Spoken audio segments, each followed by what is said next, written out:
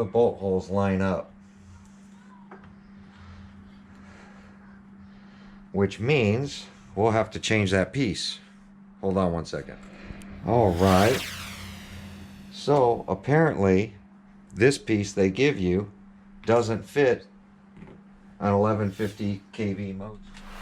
So it looks like I'm going to have to install a PPS mount into this, which kind of sucks. All right, well, I found a stock plastic one, which I'm going to have to replace this one out with because they also changed the standoff. It's higher. And then this top plate's going to go like this. All right, welcome back. So today we are back on the V2 Limitless, and we're going to try to get this thing finished up. Went ahead and got the motor installed. Like I said, I used the factory plastic off the V1 for this perch, which holds the other side of the spool. And then we're using a complete PPS mounting system. Now, on this mounting system, in here is an adjusting screw. You basically, you use the tool supplied, which is an Allen key. That's that long screw. It looks like this.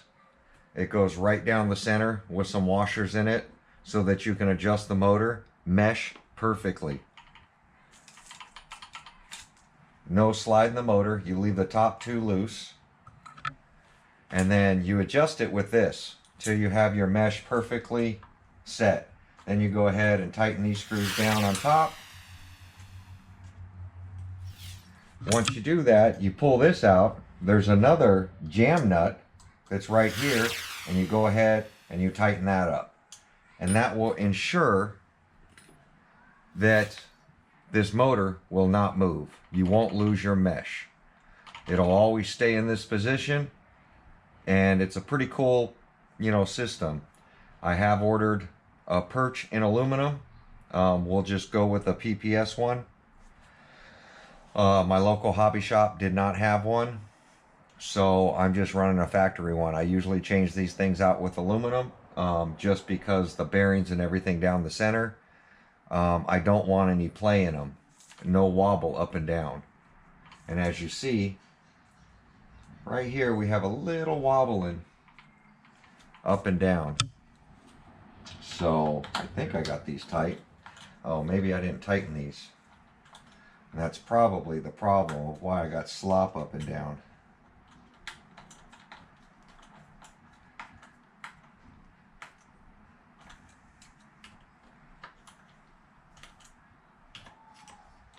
So it's just the normal 4 screws. Yeah, there we go. No more slop up and down. Now that plastic's gonna wear over time. They wear pretty quickly, and that's why having an aluminum one there really helped. Now I did assemble the new motor mount system that Arrma supplied, and as you see right here, see where that hole is right here? That's the other hole needed to go ahead and put a big block in there. And what Arrma's done is they've not drilled it out on this motor mount system because they want to sell you one. And I did run Flowpack's Pinocchio spool in here because they have now got these things right here. These plastic things are a lot longer now because they made this mount a lot taller. So, and it doesn't seem to be, taller from the base of this down. So it's not like they raised up the motor mount. So I'm kind of curious why it's that way. Now, if you want, you can literally mark this thing and drill this, and you can put a big block in using this mount instead of having to purchase a big block mount. Here are the two older ones, and I'm going to face it, well, I guess I'll face it this way. So as you see, Here's the 56. People are saying you can put the 56 in there, but this triangle shape right here is different. This one is more steep and to a point in there, so these things literally don't fit. They don't fit onto these mounts. Now the 56 is for the big block, and then the 49 is for the small block. And then they have the 3 holes for both patterns that will fit up. But these no longer work for the new mount. Some people were saying that that it says it in the chart. Some people were saying Arrma said it in the release videos, but I went to the 2 release videos. One was some guy who built one for speed and did 100 miles an hour or something with it. And it wasn't in that video, and there was basically no talking in it. It was just music and stuff. And then there was the release video showing you the box, showing you the platform, showing you the different parts.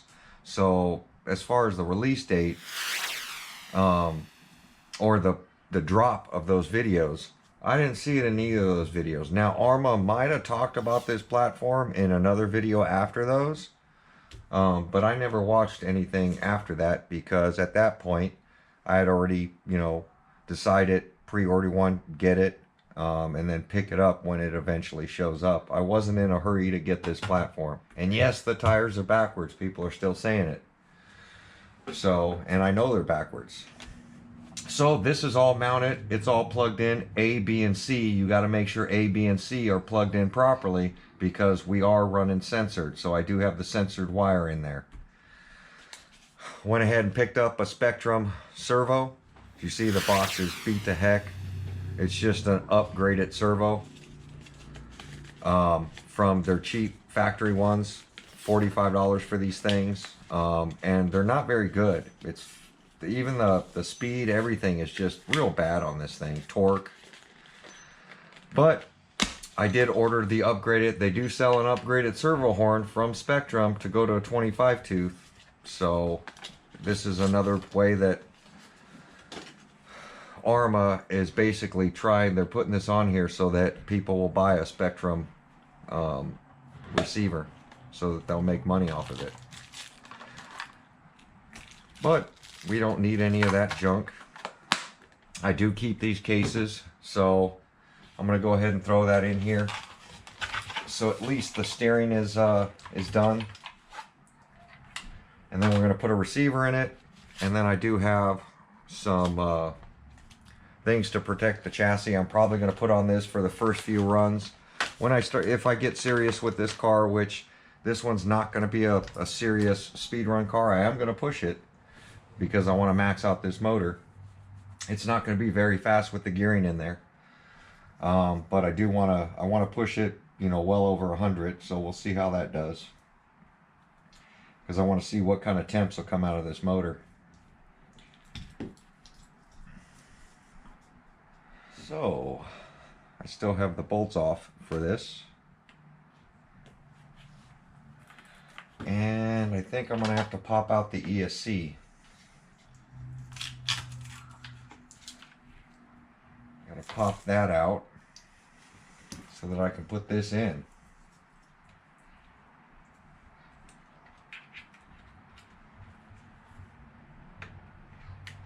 Come on, go through there. And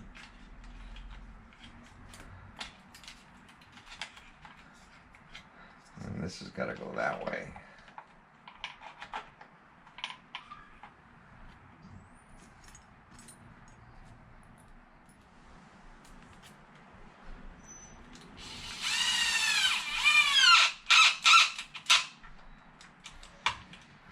Leave it loose for now until I get all the other screws in and it kind of centers it up.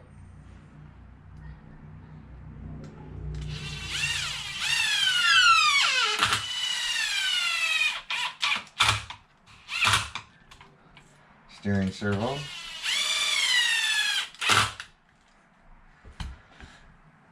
So it's A6180. Don't know how good it is.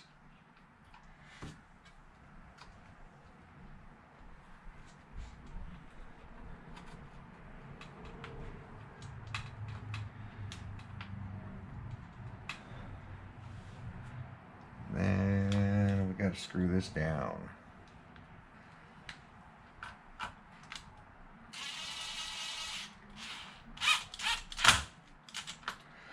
Now, once I power it up, that's going to have to be turned on. And then we're going to pull this receiver cover off. So I got to get a receiver in it. Oh, drop that.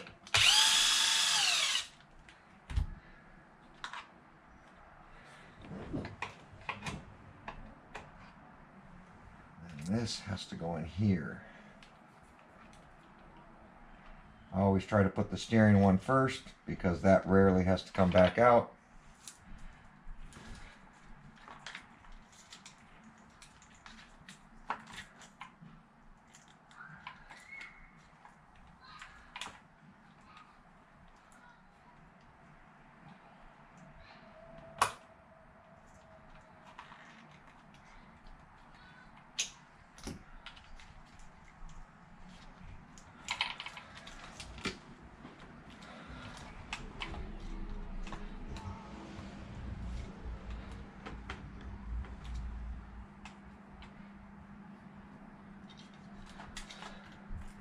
Now we got them both in there. And I believe this white one's going to be taken, I'm going to end up taking this off when I depin that thing. And then at that time I'm going to end up mounting this switch right in there. And then we'll clean up all this stuff. But this one's going to have to get removed. And then let me find my receiver. I don't know what I did with it. Be right back. All right. So I'm grabbing this. I wanted to make sure there was an antenna tube in here, and there is. There's a long one in here. Because normally they're mounted on the vehicle, so I just made my own antenna tube. But rest assured that they do include the antenna tube. So I've got wires hooked up to my Futaba. I've got the True Lock or Sure Lock to the bottom of it. I do like how they put another slot into this receiver box and the antenna's on the outside instead of the inside. But concerns with this is if you run it through this and you have a bad wreck into something, I find anything mounted on this edge usually gets damaged, and that can damage your antennas. So it might be worth drilling a hole in the lid and running it straight out the top away from your steering linkage. So just a little what's what and what I see. But I do like that I can get most of the antenna out of this receiver box with this slit. Now I haven't synced up this yet, but before I sync these things, because this has TFHSS in it, which is a steering gyro in the receiver, it's always best to mount them down before binding it and calibrating it. And you can see how much antenna we'll get out of this.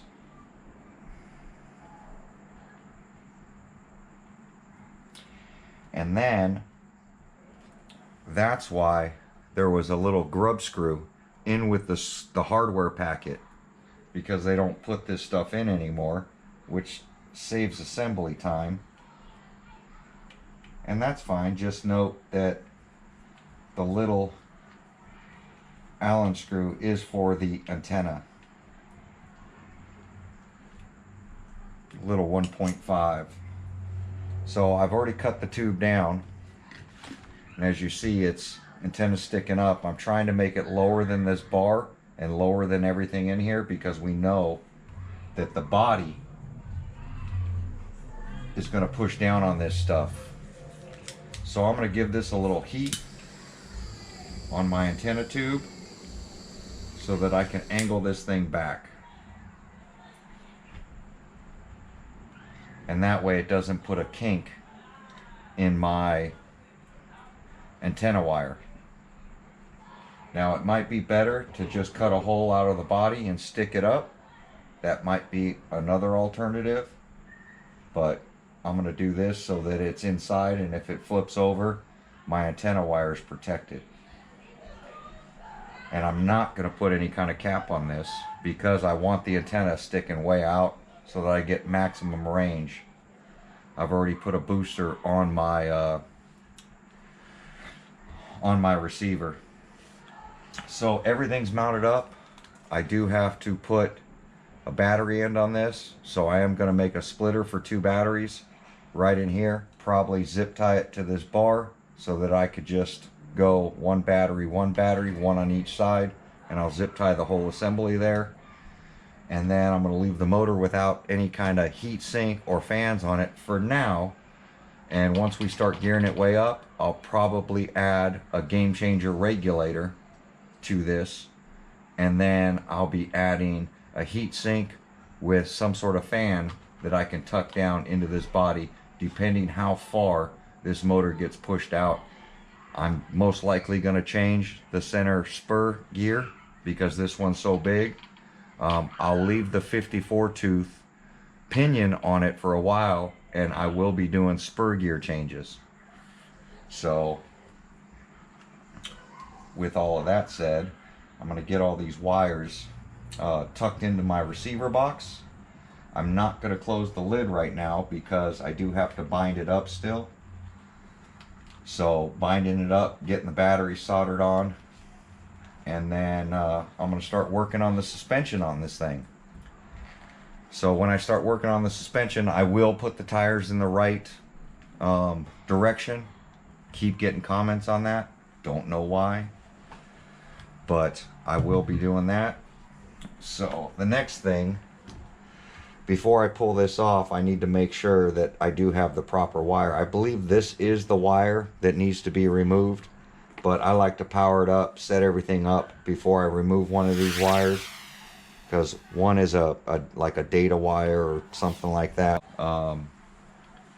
or it's for an external BEC. I mean, there's a lot of uses for the extra wire that they do give you, which is good on a 5th scale. I just don't need it on this. So there we go. All the electronics are in. I do feel like something's hitting right here, which is probably the ESC wires. I feel something in this corner is pushing up. It's not allowing the body to sit perfectly straight in this corner. It's right here on this edge, which I believe is going to be this fan. So that means this XLX2 fan with their box now is actually butted against, yeah, it's butted against the body. You can still clip down the body, but the body is not sitting straight. You can see right here all that movement. That's because of the pressure right here from this corner of this ESC fan, which that kind of sucks. That means there's going to be limited airflow, even though they made the box for an XLX2, and this is why I like the Mamba Monster X 8S ESCs with my skill level, is I honestly don't need a big ESC like this. Now these things don't run particularly super hot, but this hitting the body is not a good thing when running a factory body. As you see, look at that. It's hitting right here, right on that fan. And I'm not going to cut the body out. So I still might have to just cut this whole battery tray out. You can see the gap that I have in here. See that big gap? And then just mount this ESC to the base. So by them doing this receiver box and calling it fits an XLX2 now, I still don't see that to be a case. I think we're going to take this whole box off in the next one. I'm going to cut this out so I can lower this out, and so that I can get a gap in between here to run the factory body. So I'm literally doing the exact same thing I would do to a V1.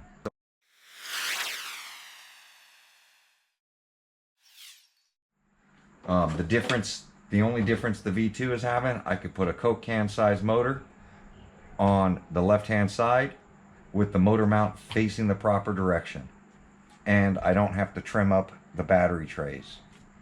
But I've done this setup in a V1. I did it with Limitless. Limitless was, I think, the first one ever to get a Coke can size motor into a Limitless. I did it for a buddy of mine, Floyd. But there you go. Like, comment, subscribe. Let me know your thoughts. Has anybody talked about this battery tray and having their XLX2 hit their body?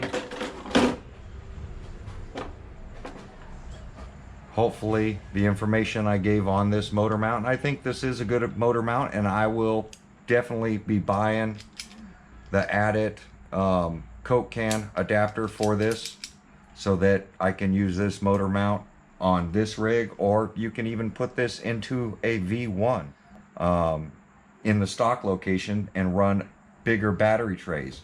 I can flip it around, put the Pinocchio spool the other way, and then run the short Arrma drive shafts now, versus having to search for some scorched RC drive shafts, some thicker center drive shafts, any of that stuff.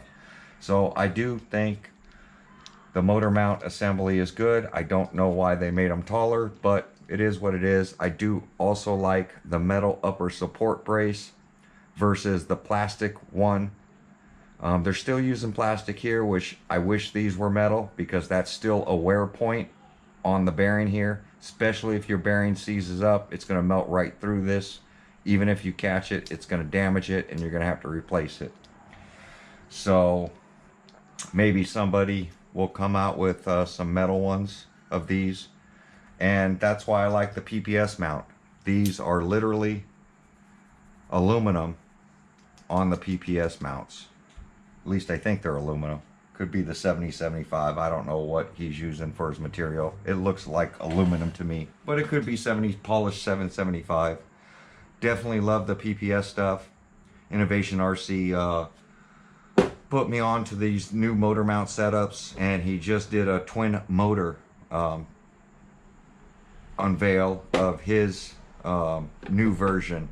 So go check that out. I think it's a cool video. Twin motors into Limitless platform with the motors facing up here, and plenty of room for his new battery packs, which I'm very interested to see the results of those battery packs. They look very good. But there we go. Like, comment, subscribe. I might be adding these things onto this, and definitely adding some chassis scrapers for now until I get this thing fully tested and the right height to where it's not scraping the ground. Then I'll probably remove these and stick them onto a basher. I just don't want to mess up this chassis right out of the gate while testing. But like, comment, subscribe. We'll catch you guys on my next video. Thanks for watching.